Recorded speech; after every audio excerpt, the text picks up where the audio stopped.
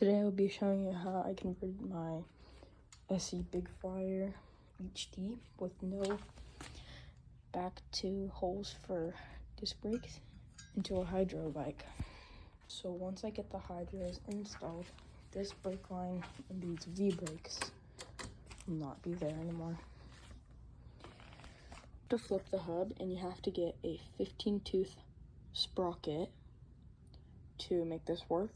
So just get any 15-tooth sprocket, and then I have to get a hub adapter so it attaches the rotor to the hub, and then you have to get this mounting bracket for the hydraulic brakes or whatever like normal brakes you want to get. Here are the actual brakes that I'm putting on the bike. They are Shimano MT200s, so they're hydraulic brakes. For my specific bike, I did have to bend the frame, so I had to pull this side, and then that side stayed the same. But yeah, this thing was hard to get on there. It took us like a long time. My dad stayed up until like midnight to put this on. I do need to flip my tires because I flipped the hub. I did not take all the spokes off because that would take too long. So for taking off your stock freewheel sprocket, you will need a freewheel remover. This is the 15 sprocket or 15-tooth sprocket remover, and then these two are the 16-tooth sprockets removers. So basically, you can't really remove the sprocket because it's a freewheel. It'll just click the way that it goes out, like the way that you would normally unscrew it. Like if I was rotating the bike like this, like this. No, I think it's gonna right.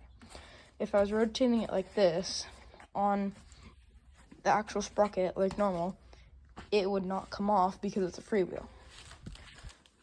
But with this, there's little grooves that it fits into inside of here. I'm not gonna pull this off because my dad just had a hard time putting it on.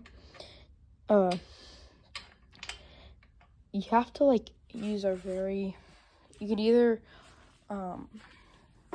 get like one of these things and put it on the top, but I don't have a big enough one, so we had to use a pipe wrench to put around this, and then use a pipe on the outside of the pipe wrench to use it as leverage. Other thing I might have forgotten to add is that you will need a 180 millimeter disc brake or inch, I don't know what it is, I forgot the measurements. Like I said, you need a 15-tooth sprocket, the mounting adapter, and then you need I forget what it's called, but it's a bracket that goes right here to connect the hydraulic brakes, because the hydraulic brakes are like this. And you can't really attach the brakes like this, because that won't work, obviously. So when I'm putting the new Shimano brakes on, I might have to remove this part and pull these out, because what's happening is there's a little stopper right there, like it goes in more.